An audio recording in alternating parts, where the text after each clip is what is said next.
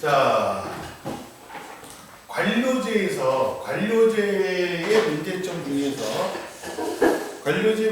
중에서 보니까 관료제에 뭐 역기능이 하나 나와 있죠. 관료 역기능에서 여러분들 시험에 제일 잘 나오는 것은 하나만 체크하라고 하면 목적 전치 현상입니다. 자, 관료제 역기능에서 목적 전치 현상만 하나 정도만 체크해 줍니다. 그것만 기억해 놓으세요.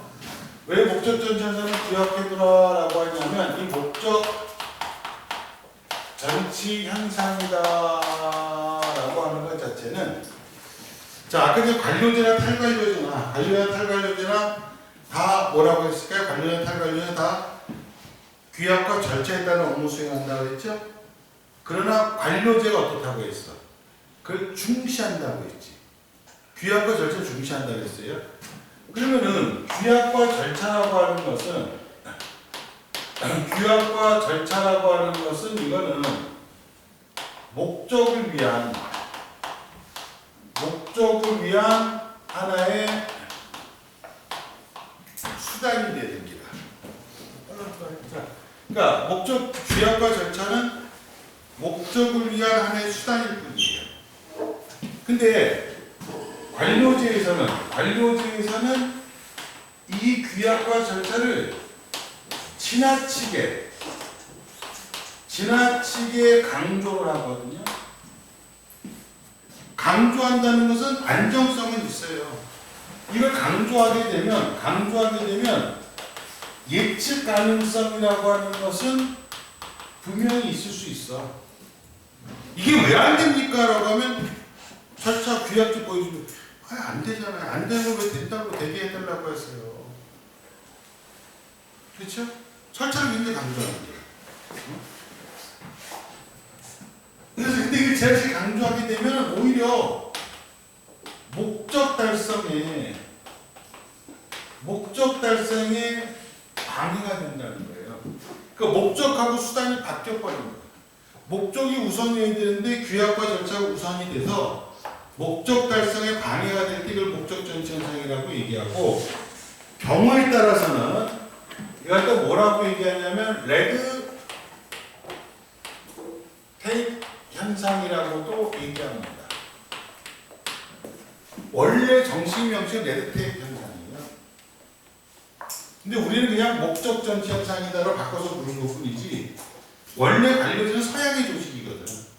그 역기능도 당연히 서양의 역기능이었겠죠. 그 레드 테이프 현상입니다. 이 레드 테이프 현상이 뭐냐면은 영국에서 어떤 뭘 신청을 하게 되면 서류 갖고 와라고 해서 서류를 다 빨간 테이프를 감았나 봐. 근데 빨간 테이프 쓰는 양이 점차 많아지는 거야. 그러니까 규약과 절차를 중시하다 보면 요구하는 서류들이 점차 어떻게 되는 거예요? 많아집니다. 그래서 테이프 양이 어떻게 되냐? 점차 많아지겠죠. 이걸 레드 테이프 현상이라고 해서 서양에서 이걸 갖다가 규약과 절차를 너무 강조해서 목적을 달성하는데 방해가 된다는 현상으로 제일 처음 등장한 거예요. 근데 우리는 갖다가 목적 전치 현상이라고 얘기하죠. 그럼 우리 시험에서 여러분들 딴 거 볼 필요 없어. 시험에서 사례로 나오는 건 뭐밖에 안 나오느냐 라고 하면, 시험에서 나오는 사례는요, 병원의 응급실 사례가 100% 나오죠. 병원은 요거 만약에 목적전선 출제한다라고 하면 병원의 응급실 사례예요. 병원의 응급실 사례가 나오게 되면 아무것도 고민할 필요 없이 규약과 절차를 너무 중시한다, 그래서 나타나는 문제점이다라고 이걸 답을 찾아야 됩니다. 병원의 응급실은 뭐가 목적이니? 생명 살리는 게 목적이죠. 근데 병원 나름대로 어떤 부분에 있냐면은 규약과 절차를 중시하다 보니까 생명 살리는 데 등한시할 수가 있다는 거예요. 근데 저거는 왜 선생님들도 교수들 저런 문제 많이 경험을 해봤나봐. 저거 진짜 평생 살면서 경험을 안 해도 나도 경험했어요.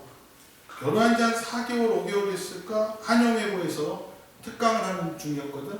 근데 와이프한테 전화가 와 있길래 쉬는 시간에 전화를 했더니 어디야? 너 한영외고 특강 중인데? 라고 했더니 끝나면 거기 아산병에 가까우니까 끝나고 병원으로 와. 그랬더니 왜 그래? 어디 아파? 그랬더니 아빠, 그러니까 와이프의 아빠니까 장인어른이죠. 아빠가 수술했는데 어쩌면 돌아갈 수도 있대네. 그 수술 있다가 가는 중인데 차가 좀 막혀. 그러니까 끝나고 와. 힘없이 얘기하더라고. 전화 끊고 있는데 한국에 선생님이 뭔 일이에요? 그래서 저기 와이프 전화하는데 장인어른이 급히 수술하셔서 돌아갈 수도 있다고 하는데 수업 끝나고 가봐야 돼. 뭔 소리냐고. 빨리 가보라고. 근데 내가 빨리 안 가서 돌아가셨을 거야. 거기서 한여유가 한 20분밖에 안 걸리거든. 갔거든요. 근데 이렇게 누워 계셔. 누워 계시는데 의사가 어떻게 계시냐고 사회된다. 이렇게 다른 보호자는 안 계시냐고. 뭐 장모님 계셨지만 다른 보호자 안 계세요. 딸이 있는데 지금 오고 있는 중이고 처남은 남동생 처남은 미국에 있었거든. 당시 미국에서 활동하는 국제변호사여가지고 미국에 있었고 들어오기 힘들고 저한테 말씀하시면 될 것 같은데 앉아보세요라고 하는데 뭐 사진 막 보여주더라고. 여기 찍은 사진을. 그래서 뭐가 부풀어 있죠. 예, 그런데 제 터지면 돌아가세요. 예? 심장에 관상동맥이 있는데 관상동맥이 3겹으로 되어 있는데 2겹이 찢어졌다는 거야. 한 겹만 터지면 돌아가신다는 거야. 그래서 지금 혈압을 낮추는 주사제를 투입해 놓고 있다는 거예요. 수술하시기 왜 수술 안 하세요? 그렇게 급하다면서 했더니 후유증이 좀 있을 수 있대요. 무슨 후유증이 했더니 식물인간으로 살아갈 수 있는 잘못하는 거예요. 그게 몇 퍼센트 확률이 됩니까? 환자의 질도 경험 생각을 해야 되니까 한 10% 정도 된대. 나 걔 때릴 뻔했습니다. 연세가 60세가 조금 넘으셨는데 거기다 대고 자기들은 아버님 수술하다 식물인간이들 하면 10%가 있는데 수술 포기하시고 터지면 돌아가시는데요. 그냥 한번 살 때까지 살아보시죠. 이렇게 누가 설득하겠어. 당장 수술 들어가라고. 그랬더니 그 양반이 수술비가 좀 비싸다. 얼마 들어요? 한 3천만 원 들어갈 것 같다. 당장 수술 들어가. 사람 살부터 살려야 되지 않겠냐. 원무과 같지요? 나 근데 거기서 놀라운 충격 중에 사실 있었잖아. 김태근 환자 때문에 왔습니다. 그랬더니 양평에서 오신 그 시골 할아버지요? 예? 등산 가시다 쓰러진 거야. 장인어른하고 장모님하고 등산가서 양평에서 용무산 가시다 휴게소에 쓰러진 거예요. 그 휴게소는 절대 잊어버리지 않습니다. 휴게소는 여기가 좋겠네라는 휴게소예요. 거기서 쓰러진 거예요. 지금도 있어. 무지 커요. 그럼 어떻게 얘기다. 내가 아직도 기억하는 장모님 차 찾으러 가야 되는데 장모님 차를 찾으러 가는데 나랑 그 와이프가 그 차 운전하고 이렇게 오는데 차를 찾아 어디에 휴게소 여기가 좋겠네야. 얘 뭐라고요? 여기가 좋겠네라는 휴게소라고. 그래서 절대 잊어버리잖아. 거기서 화장실에 쓰러진 거야. 그래서 기어 나오셨는데 한 20분 동안 안 오셔갖고 장모님 찾으러 나오니까 거기 기어 나오시는데 거기 양평에 있는 길병원이라고 있거든. 거기서 1차적으로 갔는데 찍고 막 이렇게 뭐 사진 찍고 했더니 이건 무조건 큰 병 가야 돼. 토요일인데. 그래서 대기업 상계동에 서울 상계동이라니까 상계동에 백병원이 있거든요. 백병원으로 보내드리겠다. 백병원 전화했더니 수술할 의사가 없다. 그래서 삼성의료원에 전화했더니 수술할 의사가 없다. 그래서 이 길병원에서 눈치챈 거야. 그러면은 아산병원으로 보내드릴 테니까 심장병 거기서 수술 잘하니까는요 무조건 무릎 꿇고 수술해준다고 해요. 양평에서 시골 세면서 보낸다고 하니까는 시골 노인들하고 그 당시에 안 받으려고 했던 거예요. 그래서 엄마가 김태근 환자한테 그 양평 할아버지요? 예, 이거 쓰세요. 보호자 오셨으니까. 성함 김태근 쓰고 당시 사업을 하셨거든요. 사업체명 쓰고 지휘 대표이사 서울시 주소 딱 쓰는데 서울 분이에요? 그리고 지기가 대표이사세요? 예. 왜요? 전화기 딱 들더니 수술 준비하세요. 그리고 갔어. 그랬더니 벌써 환자분으로 갈아입고 수술 준비 중이야. 그리고 의사한테 전화했고 30분 만에 수술할 의사가 왔고 의사가 보호자 누구예요? 저예요. 그랬더니 자, 너무 급한 환자라고. 30분만 늦어도 자고 돌아갈 수 있고 솔직히 말하면 열다가 개복하다 돌아갈 수 있다고. 뛰면서 들어가. 체온을 16도로 낮춥니다. 피가 거의 안 돌게 할 거예요. 냉동처럼 거의. 그리고 자르기는 가슴을 뽀갭니다. 심장 꺼냅니다. 관상동맥 잘라요. 그리고 거기도 고무혈관, 관상동맥 혈관, 인공혈관 연결시킵니다. 자기까지 거기가 끝. 그 다음에 신경외과에서 와서 신경 연결, 조직 연결시킵니다. 그 다음에 내과 의사가 와서 석전합니다. 다 깨끗하게 청소합니다. 그리고 자기가 또 와서 붙입니다. 근데 최소 10시간에서 최장 10몇 시간 또 걸릴 수 있으니까 준비하십시오. 그리고 중환자실에서 3일 만에 못 나오시면 돌아가십니다. 폐혈증으로. 그렇게 하시면 됩니다. 수술 13시간 넘게 하셨어요. 근데 내가 야단 맞았어, 거기서. 왜 장인어른 머리카락이 그렇게 길다는 소리를 안 했나요? 나한테 간호사가 물은 거 있었거든? 가발이냐 아니냐만 물었거든요. 가발 아니라고 했거든? 근데 우리 장인어른이 머리 여기까지 길렀어요. 여기만 있으셔. 여기까지 여기까지 길러서 이렇게 얹으신 거야. 그래서 나 결혼식 갈 때 선생님들이 내기까지 했었어. 신랑신부 퇴장하고 나오는데 어떤 선생님이 달려오더니 빨리빨리 말해. 자기들은 머리 진짜 가짜. 가발이야 진짜. 진짜인데요? 와 이겼어라고 하면서 서로가 결혼식 보면서 술사내기 내기까지 했었대. 가발이 아니라 진짜 보려고 한 거지. 그랬더니 수술하다 술이 너무 오래되니까 오래 걸리니까 머리가 풀어진 거야. 벌써 뚝 떨어진 거야. 그러니까 그 김밥까지 간호사한테 깜짝 으악 소리 지는 거지. 거기서 생각해봐. 누워있는 환자 머리가 스르르 하는데 갑자기 뚝 떨어져 봐. 그리고 하얗게 드러나. 너무 놀랬다는 거야. 그래서 할 수 없이 수술 잠깐 중단시키고 머리카락 잘랐다. 너무 그 수술하는 방해가 돼서 그때 우리 와이프랑 장인어른 장모님 말이 더 가관입니다. 깨어나시면은 충격적이실 텐데. 아빠가 그런 적이 없어서 그랬고 그러실 것 같아서 잘 깨어나시라고 자기 수술 모자 씌워놨다고. 그러니까 깨어나시면은 당신 모습 안 보이실 거라고 딴 사람한테 안 보여도 되게끔 자기 수술 모자 씌워놨으니까 너무 긴막에 정말 20-30분만 늦었어도 돌아가실 뻔했다. 이게 간신히 버티고 있었는데 터졌으면 끝날 뻔했다. 그러니까 내가 그때 수업 끝나고 왔어. 수술하기 전에도 어쩌면 돌아가셨다고 할 수도 있을 판이었어. 근데 이게 다 이거 보는 거야. 이거 경험해보면 압니다.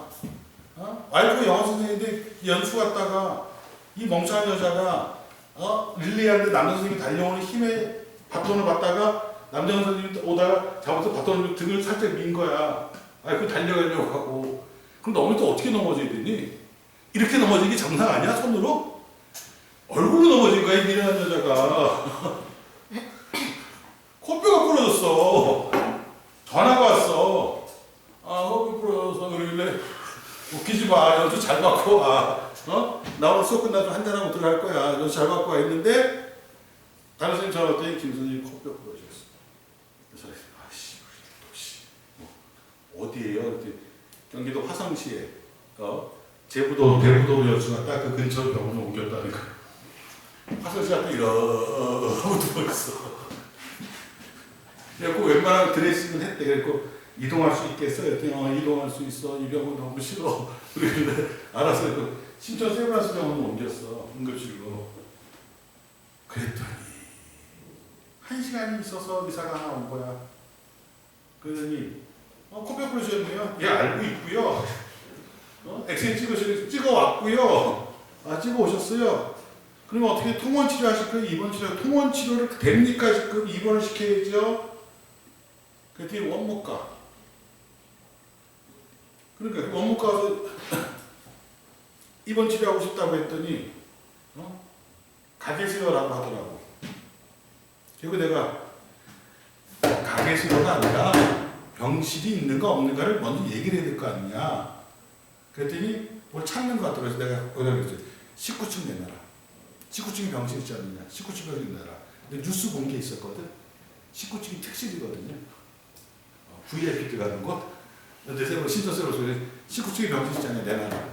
잠깐 가 계시더니 그때 원무과에서 대박 낸 사람이 쌩 오더니 나랑 눈을 마주치네. 이렇게 19층 말씀하셨습니까? 예, 그런데 그랬더니 네, 옮겨드리죠. 그러더니 한 5분, 10분 돼서 그 의사 다시 내려왔어요. 근데 그 의사가 정형외과 의사야. 그리고 내가 코뼈 부러지는데 정형외과 의사가 왜 오느냐? 성형외과 의사가 와야지. 근데 성형외과에서 다시 내려왔어. 그러더니 커피 한번 주는데요. 또 볼까요? 했더니 또 보더니 거기서 그 예전 병원에서 모래알에 한 대여섯 알 드레싱을 안 한 거야. 그대로 있었으면 어떻게 해? 곰잖아. 잠깐 제가 드레싱 다시 해야 될 것 같은데 드레싱 깨끗하게 해주고 찢어진 거 살짝 다시 꼬매주고 한 3일 후에 붓기가 좀 가라앉으면 수술 들어가시면 됩니다. 근데 나도 이제 뉴스만 듣던 거 10분쯤에 병실 닦아 보니까 와 연세대 전경이 다 보이고요. 이쪽은 서울시 전경이 보이고 뷰가 끝내줘요. 그래서 간호사 2시간마다 들어와요. 불편한 거 없어요. 안 불편하니까 들어오는 게 불편하다. 들어오지 마라. 그리고 머리 감겨주는 기계도 있어. 딱 누워서 머리 씹어놓으면은 머리도 감겨주고 말려주고. 그리고 와이프가 그러더라고. 저 기계 집에도 사고 싶고 샤워도 저렇게 해준 기계가 있으면 좋겠다. 나고 하길래 내가 세차장한테 그냥 들어가면 돼. 무슨 소리고.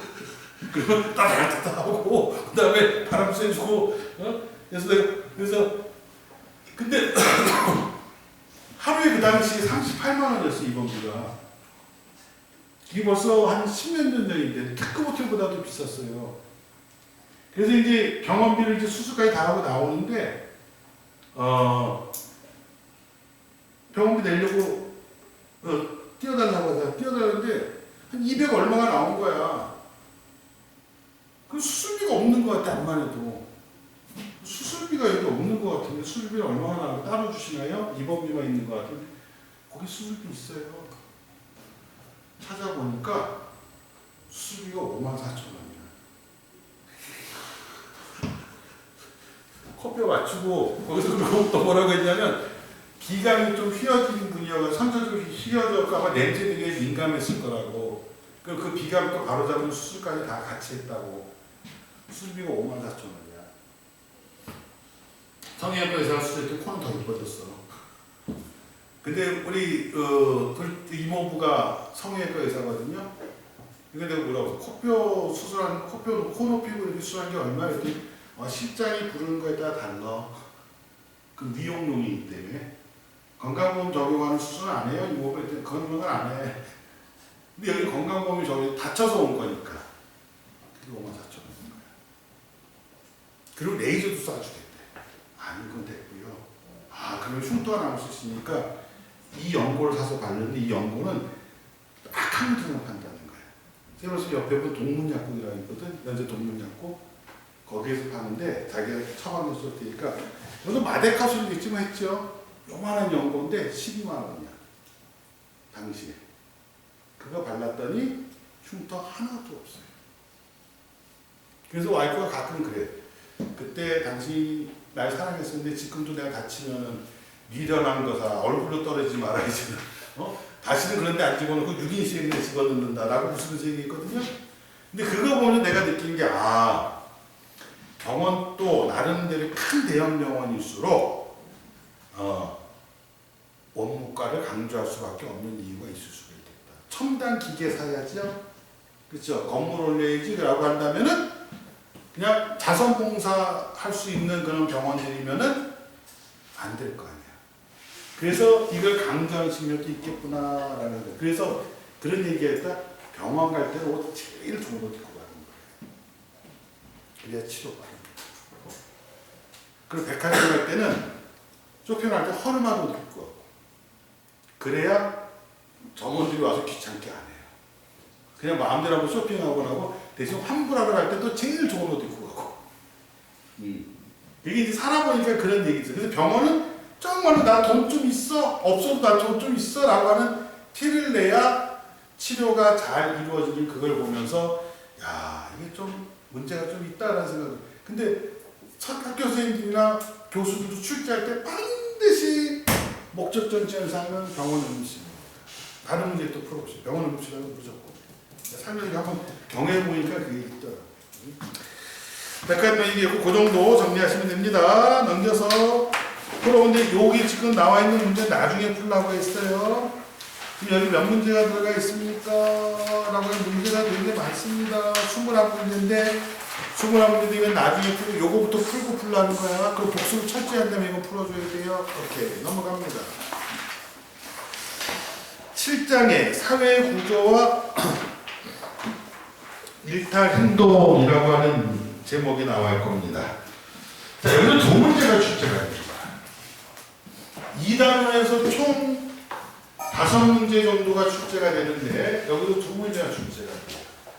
자, 그러면 우리가 지난번에 봤던 지위, 역할, 갈등 뭐 이런 것도 있죠? 그거 묶어서 한 문제, 사회학 기관 같은 한 문제, 사회 집단과 사회 조직, 아까 좀 기출문제 풀었던 거 있죠? 그거에서 한 문제, 관료제, 탈관료제 한 문제, 그 세 문제죠?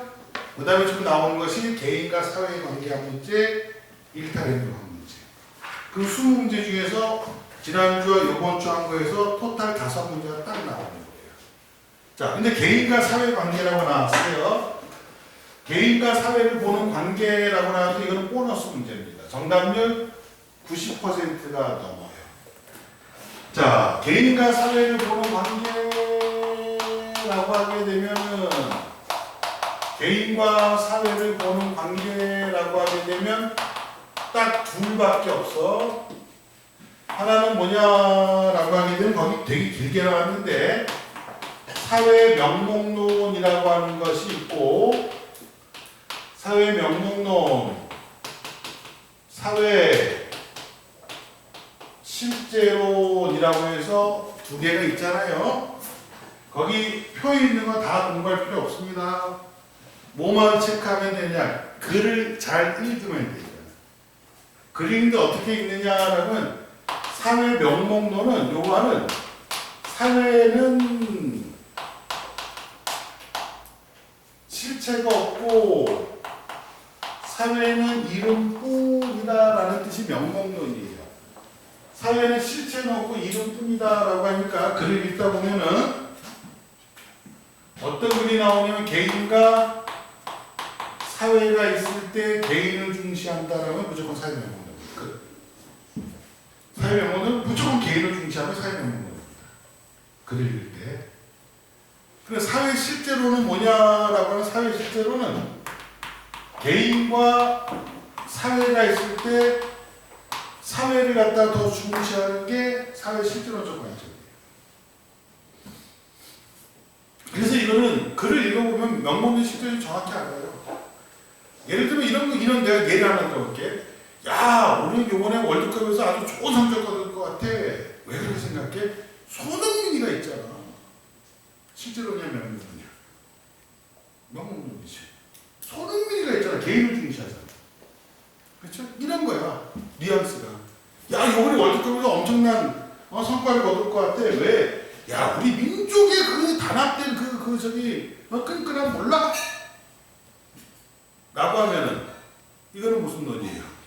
실제로 그런 관점으로 보면 내가 개인을 중시했느냐 사회 집단을 중시했느냐 실제로만 명문은 명확하게 구분됩니다. 그러면 시험에 나오는 표현이 뭐가 있냐? 그 밑에 나왔어요. 표현 제가 적어놓은 거 있죠. 사회 실제로의 주요 표현, 사회 명목론의 주요 표현이라고 나왔는데 제일 많이 나오는 게 1번 표현입니다. 사회 문제는 개인의 문제로 환원될 수 없다. 개인의 문제로 환원될 수 없다라고 하면 실제로입니다. 자, 사회 문제는 개인의 문제로 환원될 수 없다라고 하는 것은 사회 문제랑 개인 문제는 별개다 이런 뜻이거든요. 근데 명목론의 1번 보세요. 명목론의 1번을 보면 뭐라고 나왔습니까? 명목론의 1번을 보게 되면 사회 문제는 개인 문제로 환원될 수 있다라고 나왔잖아. 그렇죠? 그럼 명목론적 관점은 다시 말해서 환원될 수 있다라고 하는 것 자체는 사회 문제가 곧 개인 문제다 이런 뜻이야. 개인 문제다. 사회 문제가 곧 개인 문제다. 환원될 수 있다라는 것은 사회 문제가 곧 개인 문제다. 그러면 명목론적 차원에서 사회 문제 해결책은 개인적 측면에서 해결하면 된다 이런 말이에요. 근데 실제로적 관점은 어떻게 될까? 사회 문제는 개인 문제로 환원될 수 없다는 거예요. 그럼 얘 입장에서 볼 때 사회 문제를 갖다가 해결하는 방법은 뭐냐? 법과 제도적인 구조적 측면에서 접근을 해야 된다라는 것이 사회 실질적 관점이에요. 끝났어. 끝났어요. 끝이야. 그런데 작년평가원에서 그 시간 같은 문제, 올해 작년평가원이구나. 와, 쇼킹한 문제를 했어요. 전혀 출제하지 않았다. 무슨 문제를 출제했느냐? 사회 명목론 사례가 그때 거기 적어놨죠. 사회 명목론의 학설과 학자를 적어놨잖아요. 사회 학설과 학자를 적어놓으면서 사회 계약설이라고 하는 것을 하나 적어놨습니다.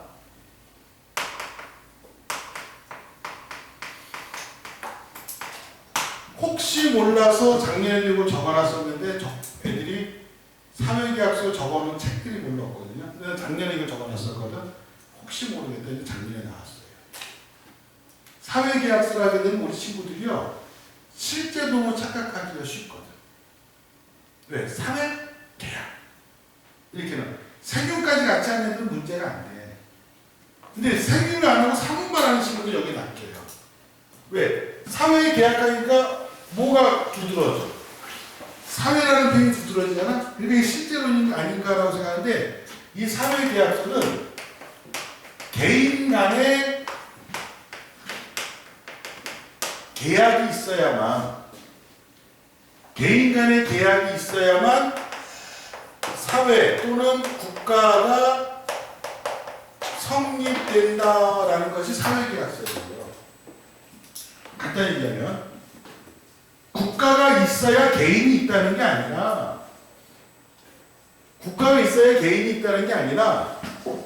무엇이 있어야 되냐면 개인이 있어야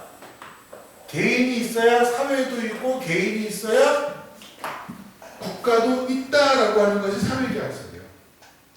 그러니까 국가 성립의 원인이 뭐가 되는가? 개인이 되는 거죠. 그래서 사회계약서는 사회명목론이에요. 작년 평가에서 요번에 사회계약서 제시문을 딱 내는 거예요.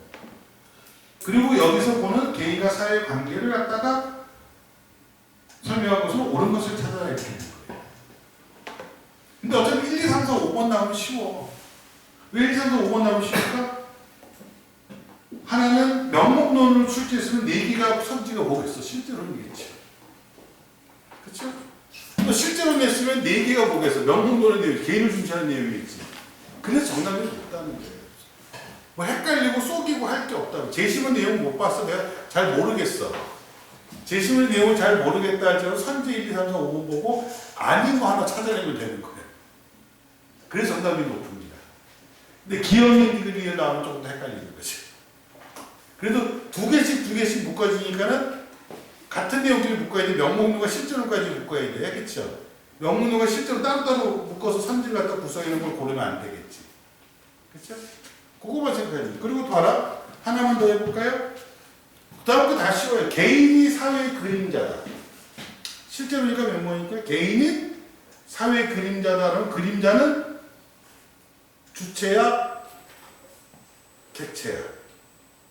쉽게 말하면 그림자는 혼자 움직일 수 있어, 없어? 개인이 사회의 그림자라고 하니까 사회가 움직여야만 개인이 어떻게 들어갈 수 있어? 따라올 수 있죠. 그러니까 실제로는 개인은 사회의 그림자다라고 하면, 그러니까 실제 그 주요 표현 그 4가지만 잘 기억해 주면 돼요. 개인이 사회의 그림자라면 사회가 움직일 때 개인이 움직일 수밖에 없으니까 당연히 실제로는 거야. 그리고 1단원은 가장 나중에 하기로 했는데, 자 봐라.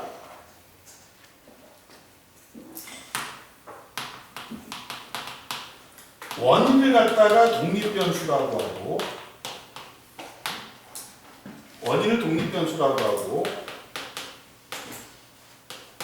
결론을 종속변수라고 합니다.